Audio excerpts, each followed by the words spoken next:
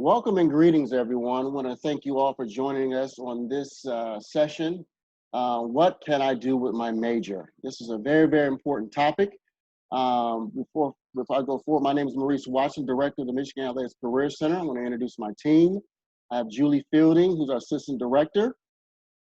I have Cody Riffle, who's our Employee Relations. I have Joe Marullo, who does our Operations and Logistics Manager, and Matt Lasker, who's our social media and graphic designer.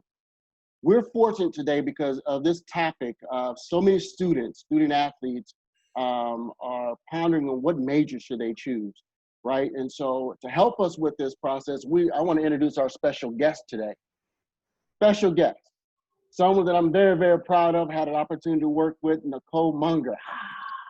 All right, Michigan alum, 2019. She is currently a Director of Recruiting and player personnel at Fordham University. As I mentioned, a former basketball player, an awesome young professional, and someone I'm also very proud of, had a chance to work with last couple of years, is Tymir Brown. He's current assistant director of student athlete engagement, alumni engagement at Boston College, and former UConn football player. Also today, we have the Director of Academic Services, Steve Connolly, who will share his insights. Steve has had many years experience working with student athletes, helping them with major selection and teaching them the things they need to know to be successful. So I'm gonna kick it over to Julie to get started. Thanks, Mo. So the first thing we want to talk about are just some fast facts and statistics around academic majors and how it pertains to career choices. So the Federal Reserve Bank of New York actually did a study finding that 27% of college grads work in a field related to their academic major. So pretty much 1 out of 4 grads are leveraging their academic major with their first or their career choice. And namely, mostly are technical related degrees like engineering, computer science, and then you have nursing and education that obviously hold certifications and requirements with those. And so I want to kick it over to Steve actually to ad lib or add some info regarding his work with student athletes, the importance of choosing an academic major, but what does that mean beyond Michigan and beyond that choice? How does that pertain to your career decisions? Thank you, Julie. One of the things I always try and do is when I'm talking with students or when our staff is talking with students, we try and focus on what their areas of interest are and what they want to learn. The majority of college students across the country are in the liberal arts. They major in psychology, sociology, history, English. These are what the majority of students major in. And unless you're going through to get your PhD and become a researcher or professor, you're not necessarily going to be using that degree specifically. So one of the things I always try and encourage students to do is find what it is they want to do and then use offices like the MACC to really help them develop how to translate what they're doing academically and athletically into what they want to do professionally. One of the examples I always use with students is when it comes to undergraduate majors and why what you major in isn't limiting in what you can do professionally, it's more what you do with it, is there's one thing that the former governor of the state of Michigan, our current athletic director here at Michigan, and the CEO of Ford Motor Company all have in common. They all have a liberal arts degree from the University of Michigan. None of them got BBAs. None of them got sports-related degrees. They all were within the general studies program in the College of LSNA at the University of Michigan. So what they were smart enough to do, and what I encourage all students to do, is use the network, use the resources that are available to them to help them hone in on what they want to do. When you go on to graduate school, that's oftentimes much more focused, much more specific, aligned with what you want to do professionally. But in your undergraduate studies, it's really about developing those critical thinking skills, learning how to make an argument, develop an argument, research an argument, as well as getting to know the people who can help you get to where you want to go. Perfect. Thanks for sharing that, Steve. And so then we dive into how do you even choose? So the University of Michigan specifically has about 275 programs that you can choose from. So again, how do you narrow that down to what makes sense for you moving forward? Steve talked about it a little bit. what do you like? What are your strengths, what are your weaknesses?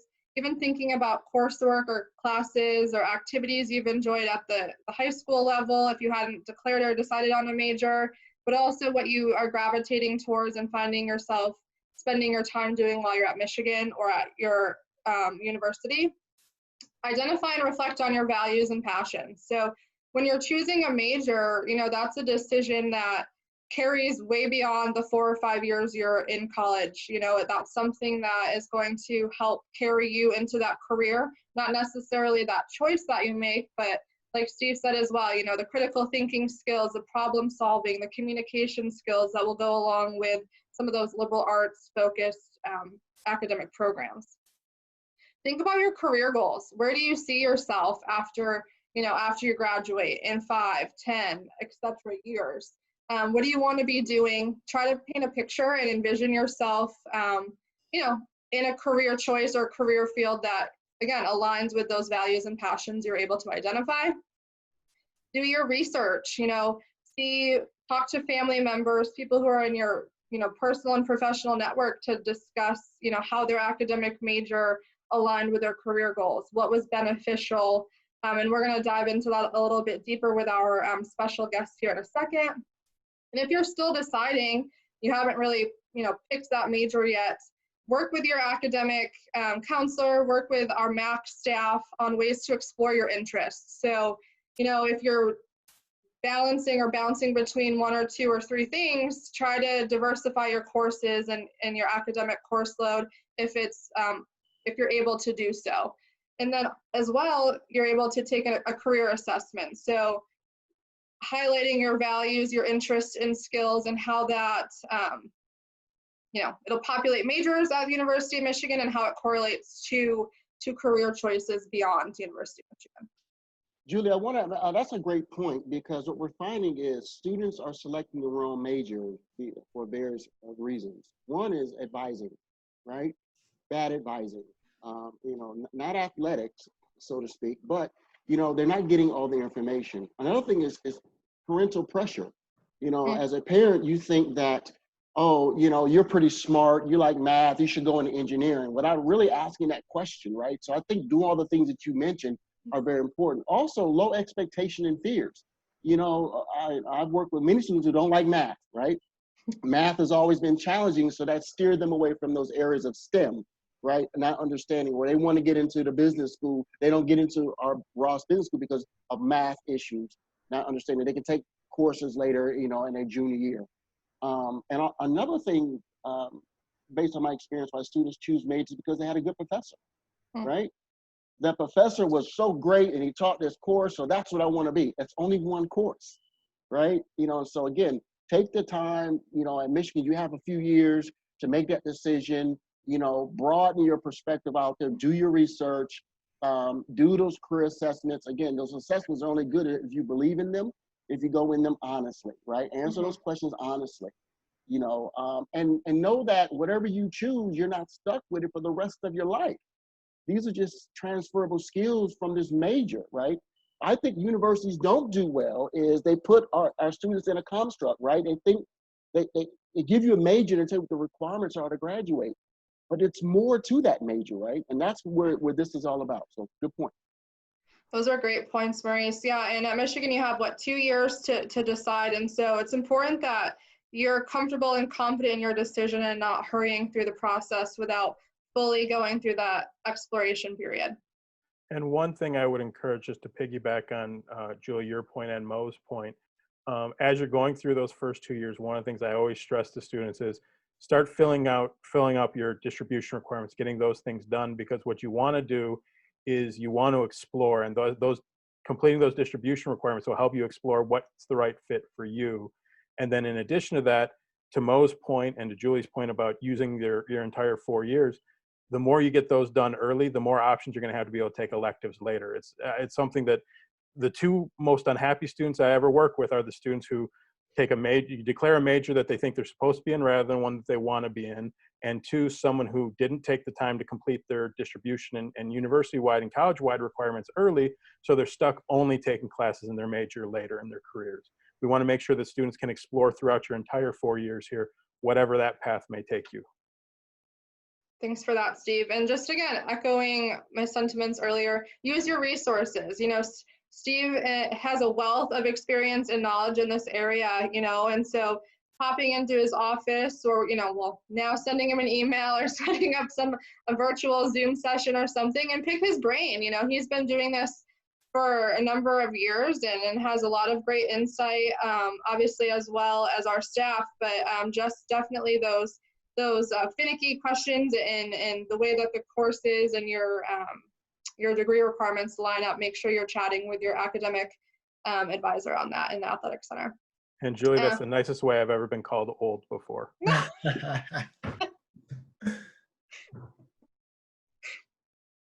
And now I'm going to kick it over to our special guests. You saw both Nicole and Ty's current positions and organizations, and so knowing where they are now, we want to chat with them about how they knew where they wanted to go, but backtracking to that a little bit. So we'll start with Nicole. She can walk through, some of these questions, telling us her undergraduate major, what led her to that major and where that decision came from, and any factors that really played a big decision in the declaration of her major. Awesome. Thank you so much, Julian. Thank you to the whole MACC staff for having me. Always love not coming back, but giving back to Michigan. So my undergraduate major was communications, and I did a minor in business. And some of the things that just helped me get to that decision of doing communications was a lot of what everybody's already said already. Using the resources around me at Michigan was something I was so thankful for, and whether that was getting in with MACC and talking to Maurice and Steve just to decide what I wanted to do. But also, as I know, Maurice has you guys reaching out on LinkedIn to different people in professions that you want to go into. That's what I did. So I reached out to a lot of different college basketball coaches because that's what I thought I wanted to do and knew what I wanted to do, and reached out to them and got their opinion of, listen, college basketball, there's not really a major for that. What do you guys think? And some said teaching, some said psychology, some said business, some said sports business, and then some said communications. So that's what I did. And just as Steve said, I used my elective classes early. So I got in with Sarah, who was my academic advisor. And I booked an education class in the School of Education, and that really wasn't for me. So I kind of crossed off teaching, took some psych classes. That really wasn't for me. And then I went to comm, and I loved comms, and I thought it was a really good mix of all the things I wanted to do. And then I got to pair the Ross minor with that, and that's really how I ended up where I was, and I loved everything about it. So that's how I got to where I am today. Perfect. What about you, Ty? Yeah, so my path was a lot different than Nicole's, actually. As an undergrad, I had no idea what I wanted to do for a career once I left UConn. And I really didn't figure that out until midway through graduate school. So when I was picking a major as an undergraduate student, I knew that I had pretty strong interpersonal skills, and I was able to, relate with people, and that was one of my strengths. So I kind of figured, what major can I do that's going to allow me to work with many different types of people, and how I ended up getting to sociology, understanding, the backgrounds of different people and social relationships through, the major that I pursued. And from there, I kind of just took it and continued to grow, as a person through the major, through different people that I would meet, and understanding, the backgrounds of different people and the way that people, think, interact, and the way that they do by the way that they were raised, or the places that they've been or that they've seen. So, like I said, I had no idea what I wanted to do for a career, but going into sociology, I think was a huge help for dealing with different type of backgrounds, especially working with student athletes whenever you have a melting pot of, people from a bunch of different places coming into one, which, is something that I took from my major. Perfect. Thank you both for sharing that. And so as you can see, Nicole and Ty both have had different experiences choosing an academic major and where that major leads you. There's no cookie cutter approach, right? It's your, kind of paving the way for yourself to align with what you want to do next or what you think you want to do next. We talked a lot about resources, and we want to dive into that a little bit deeper. Something that Cody's going to touch on a little bit more in depth is our What Can I Do With My Major resource. And so this is something that connects majors, college majors with careers, right? There's no direct line from, major A to career A. And so this resource really goes through career areas, types of employers who hire people within that specific major, and then strategies to go about employment with those specific areas. And so this resource will show you that there's, if you're a sociology major, there's not one career path that is in alignment for you. There's a plenty and a ton of options. So we'll look at exploring one of our majors here in a second. And then ONET Online and myplan.com, also two great resources. You can really just type in any area of interest or area of study or career option, and it'll populate a little bit about what those careers and what those majors are and what they do. Technical skills and interpersonal skills that are crucial to success within those roles. They'll talk about education level. So if you're interested in being a psychologist, it'll tell you the percentage of psychologists or whatever that major is that have a master's level degree or a doctoral degree. And so it gives you, again, a better scope and understanding of what that entails. I touched on the Focus 2 assessment earlier, but again, just reiterating, this highlights your values, interests, skills, and personality as it pertains to academic majors, which then correlates to career interests and choices that best align with those for yourself. And then leveraging your relationship and your resources within academics and our MACC staff. Just having conversations with people, brainstorming together, working together could, either connect you to additional resources like Nicole was saying, or people that are doing what you want to do and talking about how they got there. And so just starting that conversation and taking initiative can be the best next step to find out where you want to go.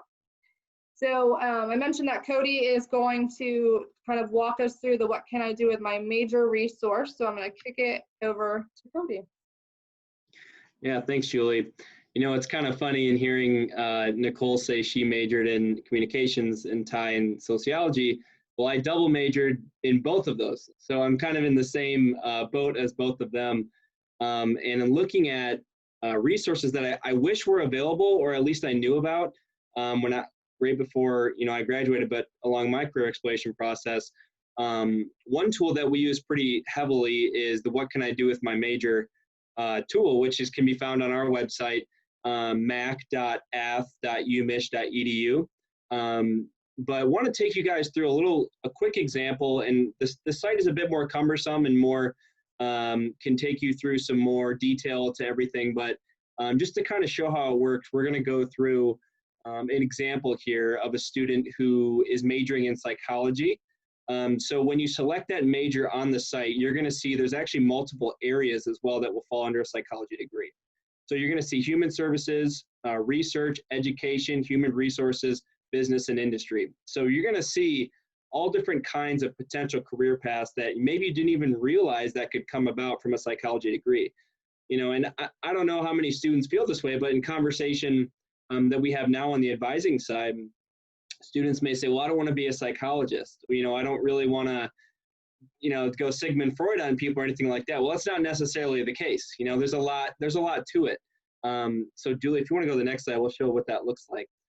So when you select psychology and you go under the area for human resources and human services, this is what you're going to find. So it broadens even more so into two different degrees here. So direct care and administration. So you're interested in working with people, but you may not understand that there's multiple ways you can do that. So you can work directly with psychology side. So counseling, psychotherapy, art therapy, music therapy, maybe some things you know about, but also some things maybe you never considered before. But then again, there's people with that skill set and that interest that maybe don't want to be more people facing. So they would be under the administration side.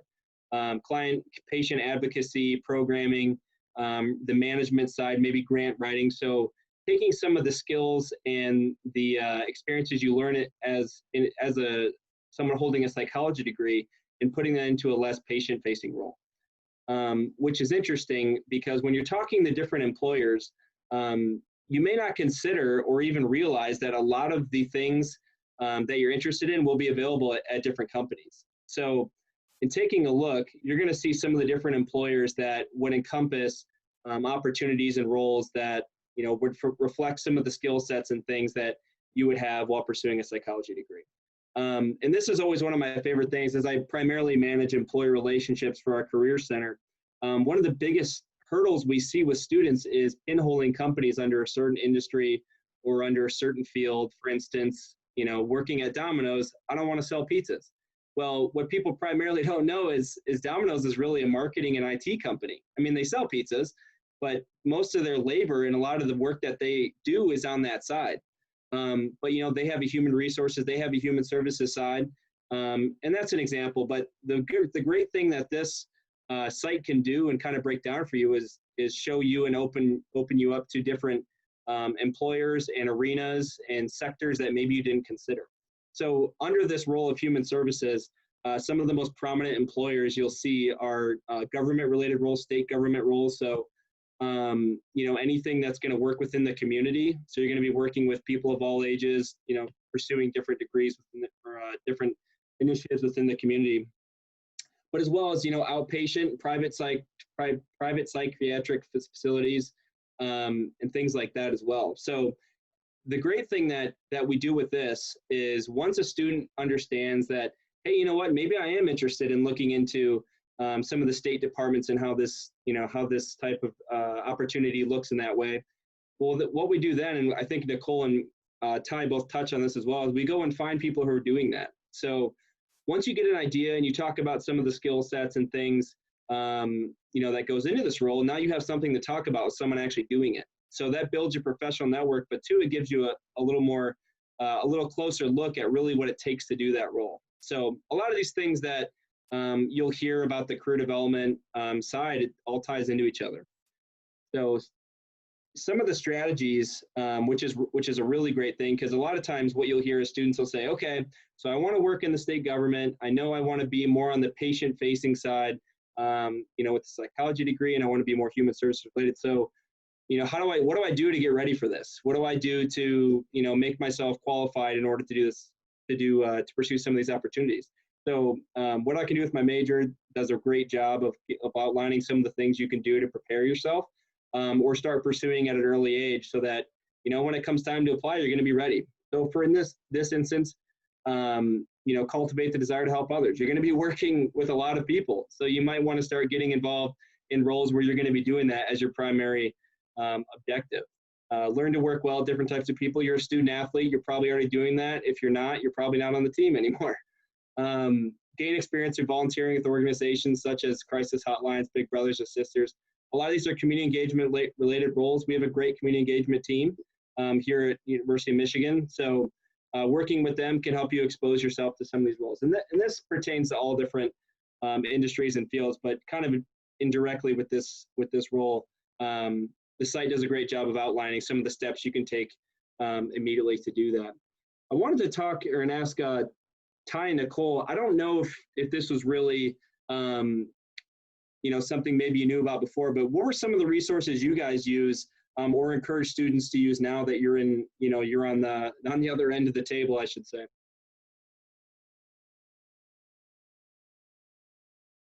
I can start. I think, at my time in Michigan, I think I knew a lot of them, but also because I was up with Maurice and you guys all the time, of just how to do things. But I think it's also like, knowing what you guys have access to and knowing where to get that access. So just coming to you guys and talking it out, because you guys can take us from point A to point B. But now that I'm on the other side of it, a lot of it is just like the connections and reaching out, and seeing who you know in the field and not being afraid, like I think Marie said, like to reach out or almost to be wrong with your major. There's so many times as athletes, I don't think we sell ourselves enough. because we're not just normal students, we're athletes, and there's so much to speak about that. So I think that's just some of the things that I try to tell them now of like, use your time now as an athlete to reach out and say, I'm a D1 athlete, rather than wait and say I'm a retired athlete. It says a little bit different things. Just to kind of piggyback off of what Nicole was saying, when I was choosing a major, I didn't, have access or didn't know I had access to these resources. So, when I spent my time at Michigan, I would send a lot of my student athletes up to the MACC so they can, take career assessments and figure out what they're interested in and what, majors relate to their interests. And now, once I speak to student athletes, people reach out to me on LinkedIn and try to figure out how they can, get into sports and get into different fields. And I think the best way to go about it is to build your network, right? You always refer people to someone who is doing, what they're interested in doing. And that way they're able to take that information, kind of wrap it around their head and decide a major from the information that they got from the people who are doing the jobs that they're looking to do. So, like Nicole said, I think the more people that you can reach out to and get information from, I think the easier it's going to be to figure out, what your career choice is going to be, but also what your major will be. Awesome. That's helpful. I mean, you're hearing a few different perspectives. Everybody kind of finds their path their own way, the resources you can utilize along the way. But, the age-old question, does major equal career? So I want to kick it over to Maurice to see what he thinks about that. I know he has a hot opinion on the topic. Well, the short answer is no, right? And so I just did some research from the National Center of Education Statistics. 80% of students change their majors. Think about that for a moment. 80% of students, that young people that go to college, change their major. And I would argue the reason is because they don't do all of this work, right? They don't take the time to do this work, right? But only 27% of the students who choose a major end up working in the industry of the major they chose. So like 80% changing because it doesn't fit them, as you were talking about, Ty or Nicole, right? Things that it's as important to know what you do like as it is to know what you don't like, right? What's not that's not a part of who you want to be. Ty mentioned communication and psychology and how that works for him because of who he is intrinsically, right? So that's what's important. So does major equal career? Not necessarily. And how do you find out?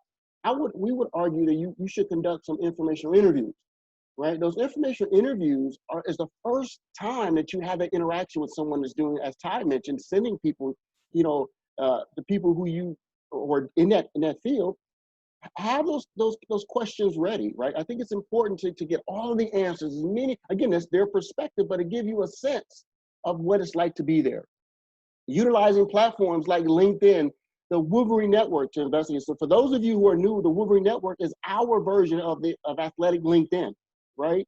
Powerful tool, because I think when you're networking, you should start with who you already know, who's already in your family, right? Who does your parents know? Who does your colleagues know? Who does your teammates know, right? What are their parents doing?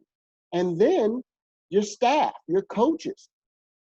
And then part of your family is that Michigan, we talk about that, the Michigan brand, that alumni network, where the Wolverine Network is the place to go.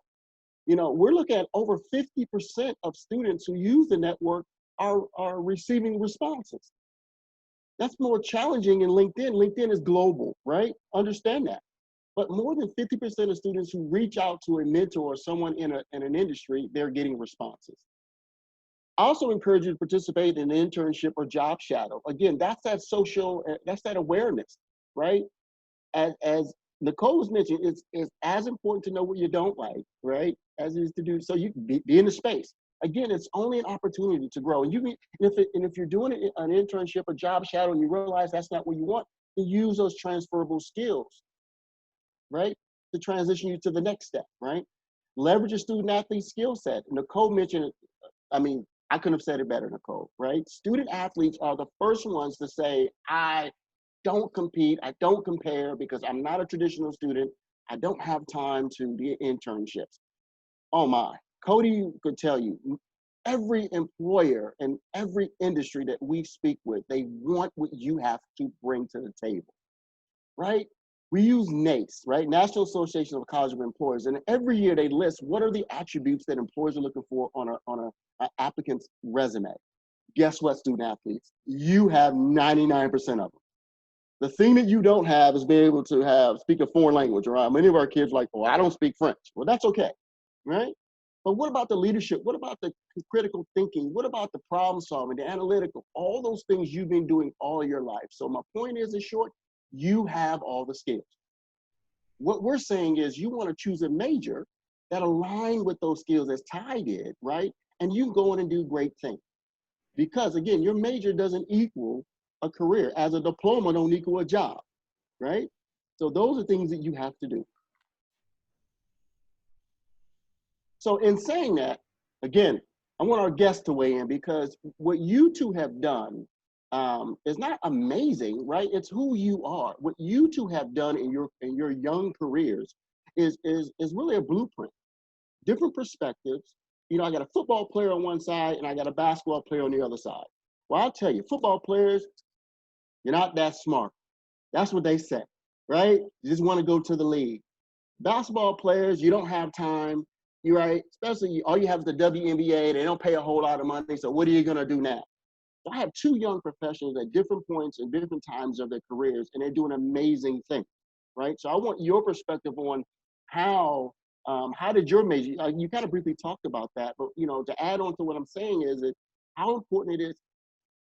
I think it's less important to choose a major just to be for the sake of choosing one, but choose something that represents who you are, right? So if you could kind of speak on that. Yeah, I can start it off again. I think with the communications and business major, just really prepared me for the real world and work now.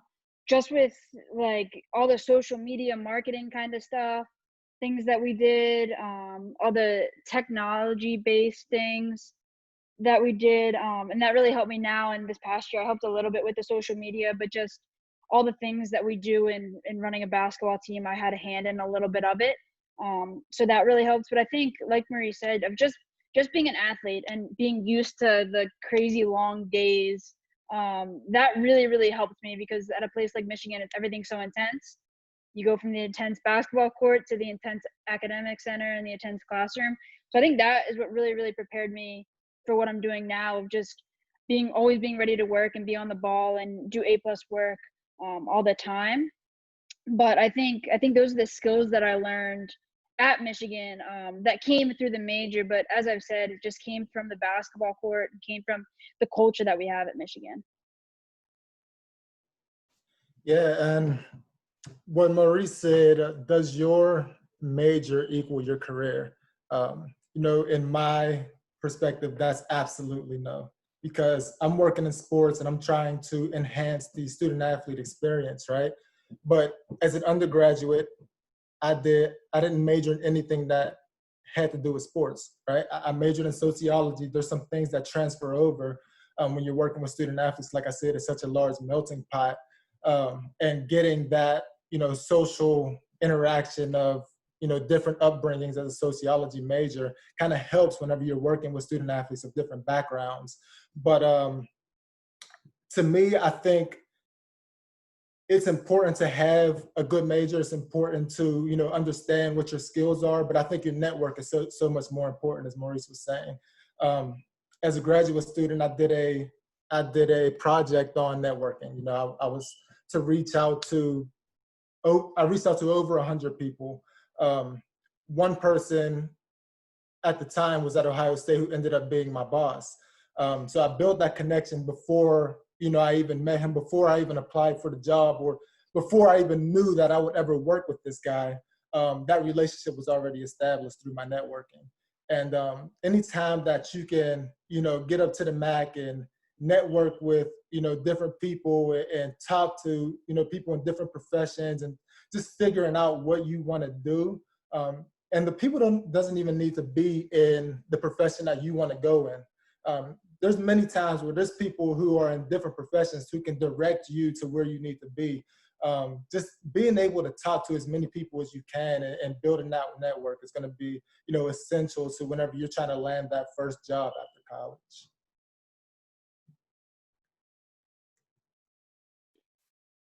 So something to think about.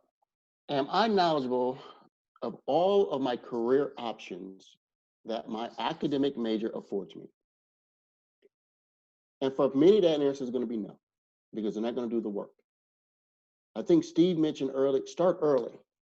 You have to start early. If I have freshmen on here or sophomores, start early, because I'm going to tell you what, your junior, senior year to try to figure it out, you're not even getting an invite to the dance. You won't have anyone to dance with, right? Start early, take the chance, do some informational interviews, come to our office.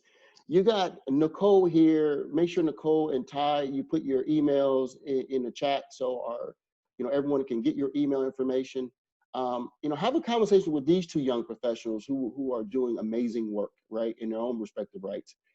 And so those are, just individual, again, start with low hanging fruit, people that you already know. I'm looking at Joe, I'm gonna put Joe on the spot, because when you talk about networking to find opportunities, that young man there, our operations logistics manager, I'm blessed to even be leading an element that he's a part of, right? Because he's made us better. But I remember, and Cody could speak to it too, how Joe reached out to us and had no idea who we were. I had a conversation with a professional at University of Minnesota, and I mentioned Joe's name. He said, "Oh yeah, I spoke to Joe too." Totally off the topic, but Joe, talk about the importance of that, and when you think it's important, you should start. Absolutely, Mo. I will say that humbly that the reason I was able to kind of get good at networking, I guess, if you will, is through the things that I learned, the experiences and coursework that I had as a public relations major at Iowa State. I knew that I wanted to work in athletics throughout my whole time at college.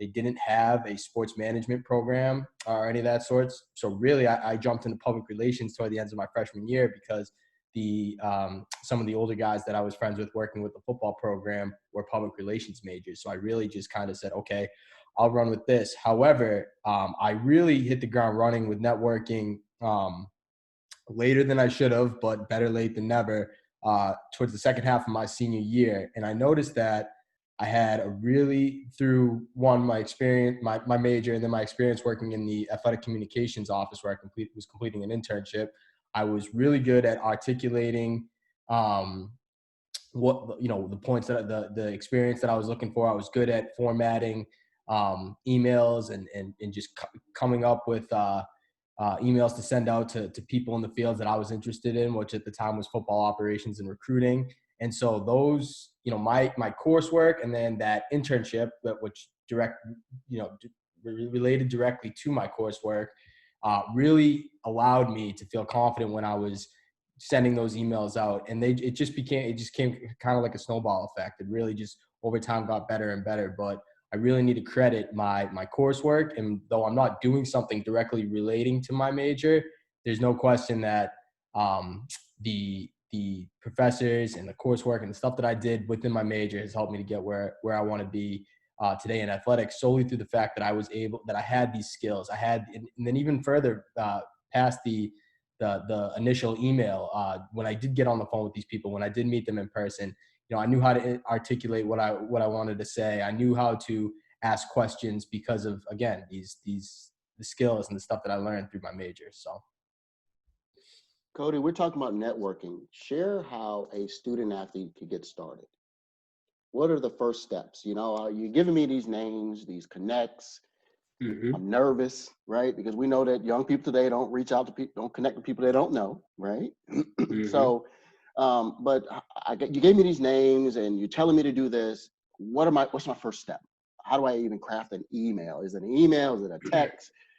Do I send it in crayon? What do I do? Yeah, that's pretty common. That's a common question we get with students. Especially some of the conversations I have, say for instance, a student wants to come in and get into finance. So we talk to them and we help them figure out, what interests you about finance? What are some of the things that you want to have in a career? Because we know, in all industries, Two jobs won't look the same. Because two companies don't look the same. So two jobs with the same title might be two different things at different companies. So we start to look at what's important to the person. Once we kind of learn what that looks like, we start talking about, what specifically you'd like to do. So they start saying, I want to be in sales at a major financial company in New York City. So then we go look for people who are doing that. And sometimes if you can leverage your alumni base, or if they were a former student athlete or were on your team, or people second, third degree, now we find a couple people who you want to talk to. And then from there, really what you want to do is make sure you make a great first impression. So when you do that, you want to make sure you do your research. You don't want to ask them any questions that you can Google. So that's one of the main things we say is do your research, do your due diligence, come up with some thought-provoking questions that are going to show that person, wow, this student took the initiative. They've got a real interest in this. If they're willing to put in the effort, I'm willing to put in the effort. And you'll find 9 times out of 10, most people will be that way. And I think one of the things that students get caught up on is they think that they're being a pest or they're bothering someone. If you go or tune into any of our webinars or any of the events that we hold and you talk to some of these employers, they're ecstatic when they hear from you. They say, one, how cool is it that someone's interested in my job? And then two, how cool is it I'm hearing from, University of Michigan, Fordham, or Boston College student athlete. You don't do that every day. So you're kind of on a platform that's pretty unique, and it means something when you reach out to someone. So doing your research, doing your due diligence in that aspect, coming up with great questions, and then writing a thoughtful email is usually the first way to go. So doing that, and then from there we start a communication cadence where we say, making sure you're providing value each time you have a touch point. And general sales rule is over 7 to 10 attempts at conversation is when you may start to see results. So if you have something in mind that you'd like to do, for instance, you want to have an internship there, you're going to find 7 to 10 attempts. That's something we can help you work with to where eventually you can build up the relationship and plant the seed often enough to where when an opportunity arises or whatever your ultimate goal is with them, you're going to be in their mind. So it's not magic or hocus pocus, as Maurice always says. It's just consistency and diligence. So that's what I would say. If you have questions on how to start your network, come see us. We love it. We love to get you guys on the path and get you rolling because that's why we're all doing this. It's not for the $1 million checks each month coming into our bank accounts. It's it's the satisfaction we get from helping people pursue their goals. What? We're not getting paid for this? I'm out of here. Well, some of us. All right. So are there any questions? If you have any questions, please, for our guests, please post it in the chat. This is a great topic. Again, we are, as you see, we're very passionate about it. There's the staff, again, wonderful team to work with that afford our student athletes opportunities to do great things when they leave. We want you, as you are excited to, when you have those recruiting visits to different schools, that excitability, we want you to be just excited when you're thinking about the next chapter of your life because you've done all the work, right? Again, I want to thank my awesome, and I'm gonna do this for Julie Levitt, my awesome guest, Tamir Brown. Man, I miss you. Thanks for the work that you do and you've done since you were, while you were here at University of Michigan, and I know you're doing great things over in Boston College. And Nicole Munger, you already know how I feel about you, young lady. You're one of my favorites, right? And I'm super proud. I'm a new Fordham fan, right? So I'm gonna be watching you and just keep doing it, right? Keep doing the things, helping our student athletes realize that they matter, right? That they bring all of the skills that employers want. Trust me, your experiences, as Nicole mentioned, on the court, on the field of play, is what they need and want. And last but not least, my awesome colleague, Steve Conley, who has been, definitely proactive in us growing the MACC and being a great supporter, an advocate of our program. Man, we couldn't do it without you. So your words, the wisdom and that you brought today on this webinar has been amazing. So, and your youth, Steve, your youth as and well. your youth, Steve, that's right. So with that, this is the final, not the final, but this is the end of this installment of our webinar series. Stay tuned for the next session that we have coming up. Julie, you remember what that is?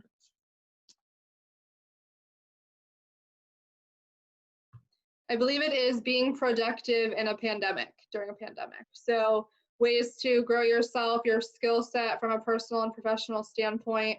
Obviously, we've worked with a lot of student athletes who have had internships or opportunities rescinded during this time. And so how can you, as a student athlete, fall, winter, spring tend to be super busy, and summer is a 3 months that you tend to want to capitalize on and build your experience. And so we're going to talk through some creative ways to build your resume, to grow your skill set, to increase your marketability, but doing so thinking outside of the box. And again, every week we'll have 2 new special guests, again, 2 new networking connections for yourself as well. So while you're growing your knowledge and through these opportunities, you're also growing your network. So things to keep in mind. So Nicole, tell Forum, we want everybody in Forum on here. Ty, tell all your guys and young ladies and young men out there in Boston College to join us. It's gonna be a party. Yeah. Right? We're gonna have a great time. We'll Right? relay the message for you. Yes, Definitely sir. will. Thank you. You're welcome. So, again, thanks to everybody. As we would say, if you have to go, Go blue. Go Blue. go blue.